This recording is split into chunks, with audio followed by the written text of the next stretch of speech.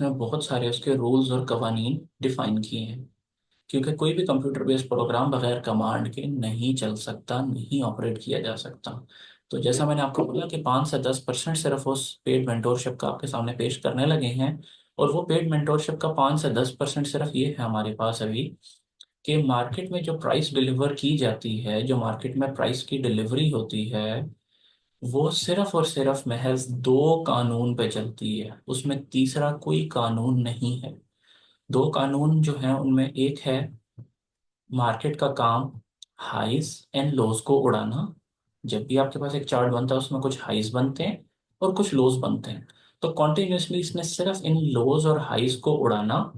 और जब भी कोई इसमें एनर्जेटिक मूव आती है, जैसे मार्केट ने यहाँ पे एक लो क्रिएट किया, एक हाई क्रिएट किया, नीचे आके इसने इस लो को उड़ा दिया, और उसके बाद फिर मार्केट ने एक एनर्जेटिक जब मूव ली तो इसके अंदर एक गैप क्रिएट होता है। इस गैप को हम fair value gap, gap imbalance के नाम से जानते हैं। ये इम्बैलेंस को आइडेंटिफाई कैसे करना है, ये सब अब आपको नेक्स्ट स्लाइड्स में समझाया जाएगा। अभी सिर्फ आपको एक कॉन्सेप्ट बताया जा रहा है। मार्केट के सिर्फ ये दो काम हैं कि या तो हाइज एंड लोज को उड़ाती है, या फिर इम्बैलेंस को रीफिल, गैप को रीफिल करती है। जो एक वैक्यूम क्रिएट होता है उसको रीफिल करती है। That's it. मार्केट का कोई तीसरा काम है ही नहीं। रिटेल ट्रेडर कॉन्सेप्ट को प्रॉब्लम और मसला ये बनता है कि जब भी मार्केट, लेट्स सी, इस जगह से रिजेक्ट होके नीचे आ रही होती है, वो इस जगह को अपनी रेजिस्टेंस मार्क करते हैं, और जिस जगह से सपोर्ट लेके ऊपर गई मार्केट, उस एरिया को वो अपनी, सॉरी, इस एरिया को रेजिस्टेंस मार्क करते हैं, इस एरिया को अपनी सपोर्ट मार्क करते हैं। और अगेन जैसा हमने डिस्कस किया कि यहाँ पे तो ये रेजिस्टेंस, ये जो हाइज बने हुए हैं, इनको तो मार्केट का मकसद ही उड़ाना है। इसलिए 95% लोग सिर्फ इसमें लॉस करते हैं। वो इस रेजिस्टेंस को सामने मद्देनजर रखते हुए, या इस रेजिस्टेंस को मद्देनजर रखते हुए, जब प्राइस इधर जाती है तो वो इस रेजिस्टेंस से मार्केट को सेल करने की कोशिश करते हैं, और वो देखते हैं कि उनका डायरेक्ट स्टॉप लॉस हो जाता है, या वो इस रेजिस्टेंस से सेल करते हैं तो उनका स्टॉप लॉस हिट हो जाता है।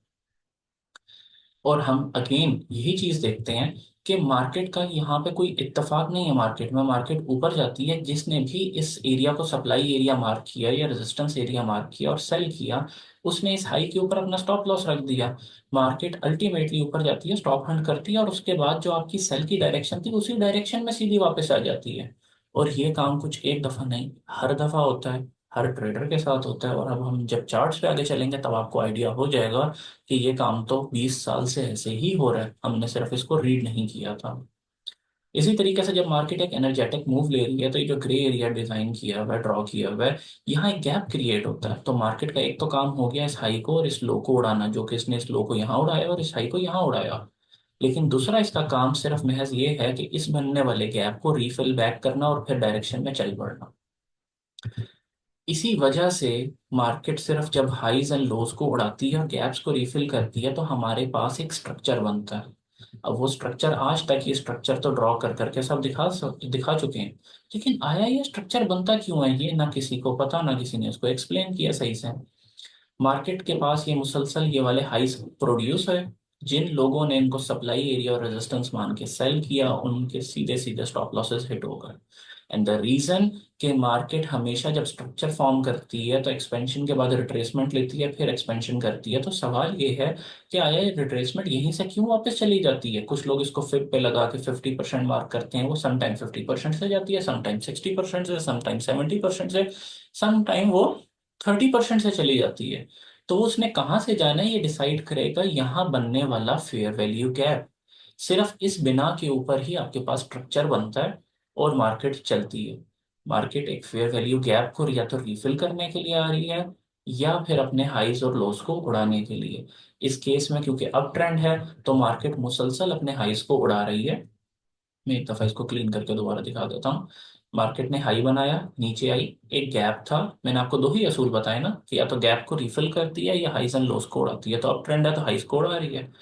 हाई बनाया, गैप को रिफिल किया, हाई को उड़ा दिया, फिर ऊपर जाके वापस मार्केट आई, गैप को रिफिल बैक किया और ऊपर जाके अपने हाई को उड़ा दिया। फिर ऊपर से वापस आई किधर, गैप को रिफिल करने, गैप को रिफिल किया और ऊपर जाके हाई को उड़ा दिया। अब आप यहाँ पे कंफ्यूज हो रहे होंगे क्या है गैप को आइडेंटिफाई कैसे करना है, जो कि कैंडल स्टिक्स की सूरत में भी आपको आगे दिखाया जाता है। इस चीज को लेकर परेशान ना हो।